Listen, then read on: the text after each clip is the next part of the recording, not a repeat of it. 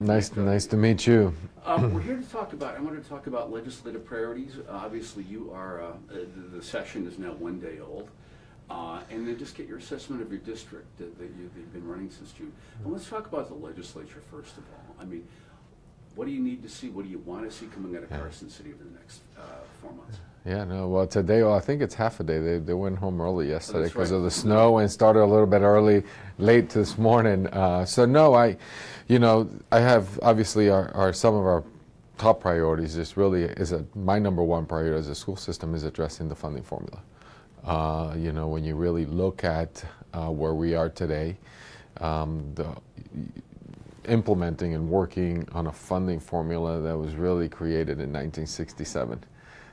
So many years. I wasn't even born in 1967, and we're educating children in an outdated funding formula that's really, I would say, from what I'm looking at, what I've learned here in Clark County, is really that we are getting the lower amount of funding per student allocation, and as compared to other districts in the state. The other piece is that we have some of the greatest needs for children. Not that everybody, across the state, but the complexity, the diversity of the population that we serve in a large, massive school system. To me, that is the number one, really the core challenge that we have to work with. Because I appreciate the legislature, is adding dollars into the funding, into the DSA, and they've done that, but I think it's something that I need to really address that formula, because as we look at it, it's not benefiting Clark County. My numbers may be slightly off, and feel free to correct me, but I think that just the state component is about 5,800 in change, and I think when you add the other monies, it gets you right around 8,900, I think, per pupil funded. Correct. What should that be, do you think? I mean, if you had, again, you got 320,000 students here. I mean, what would make you comfortable as a superintendent in terms of a level of financial support? No, and that's a great question. So there was a study that was done just on the state, Augenblick study that was done, and the state looked at it. It was at 9,800 state. That's before the local, right? And that's not what I'm asking for. I think right now is one of the things that my CFO, as we continue to look at, is also understanding for the last 7 months what I've really heard from the public and the lack of trust in CCSD. I'm sure you've continued to hear that. So to me, it's not about a number yet. To me, is really, let's address the issue. Let's address the core value of what that is, how we're going to fund public education. And then we need to start looking at, how much do we need to fund on a weighted student for some of our kids that, cost more money. So how do we fund some of the kids, like myself? I was an ELL student, learning English in this country as an English language learner. There's more support you need, a student with special needs.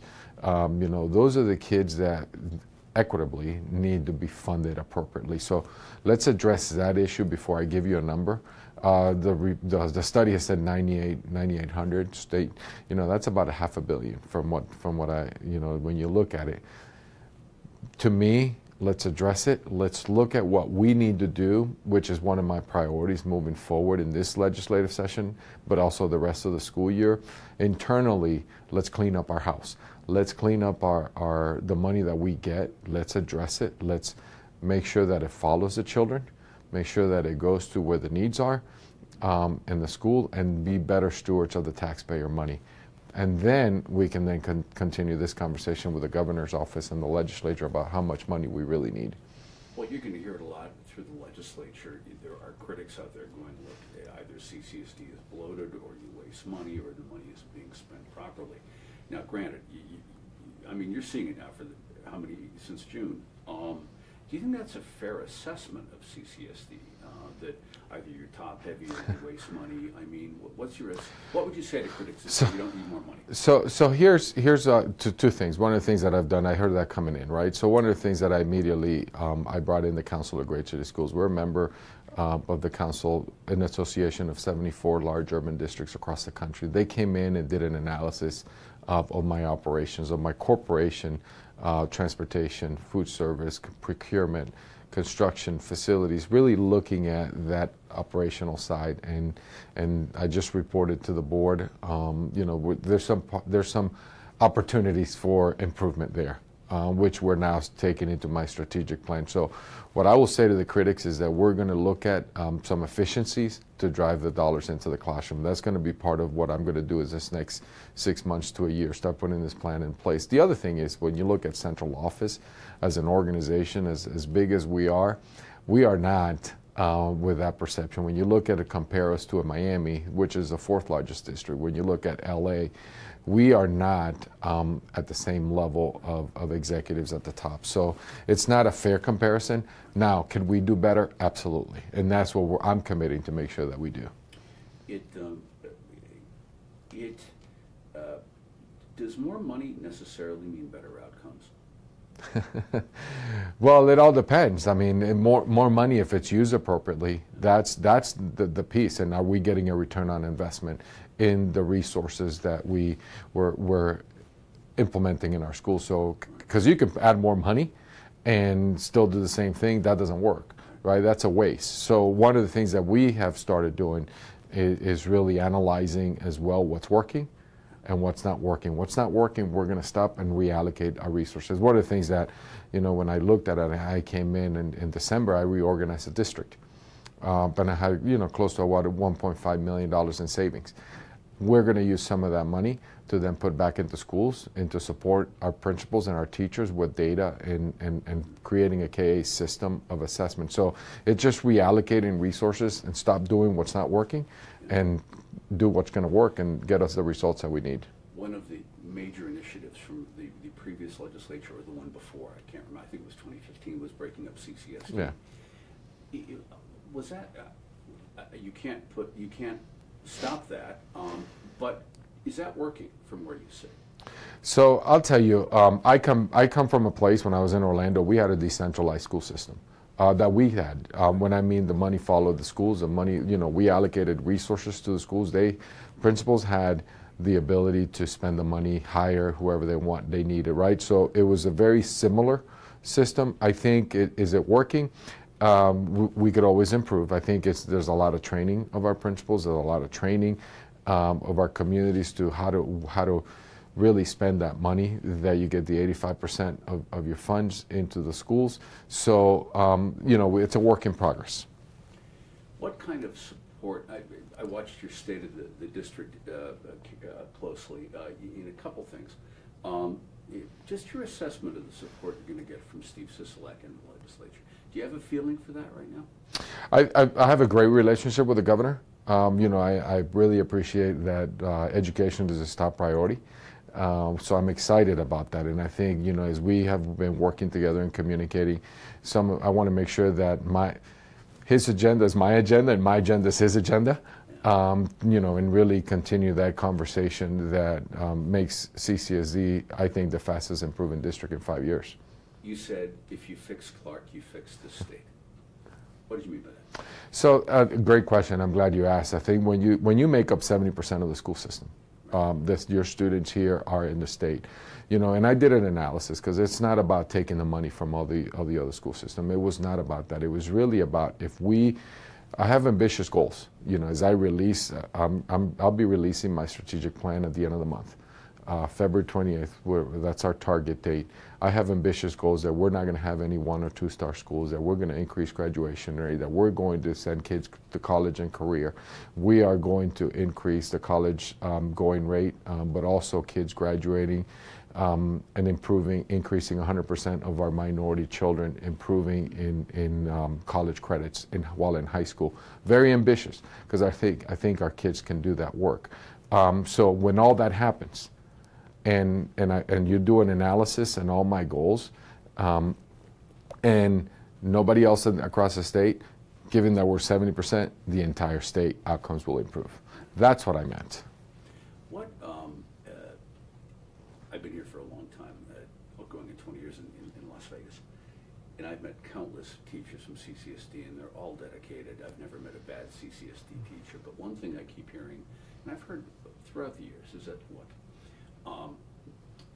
If we get a child that comes from a family that doesn't value education, Yeah. what are we supposed to do? How can we lift that student up? We're handicapped right from the get-go. And where I'm going with the question is parent involvement. How are you reaching out to make sure that, I mean, whatever you want to do in the classroom is fine, but that it's also reinforced back home? You know, that's a great question. One of the things that we have done here since I got here is really change the community engagement office, really to become more of that partner that goes out into the community, because you can't wait for parents. I mean, you know, I use my own personal story. My mom never went to school to visit, to get involved, just because she was so busy working.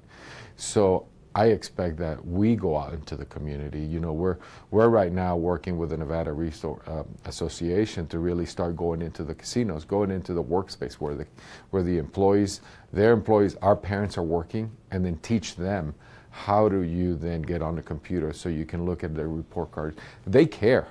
So it's how do we go out into the community, into the churches, to then say, here's what we need to do differently, and then educate them in what education is all about, because we need them in school, we need our kids in school, and be that engaged. So it's because we can't just rely and put it back on the teacher's back. They are overwhelmed, they're working, they have a lot of things on their plate, so we need to get more volunteers, more mentors.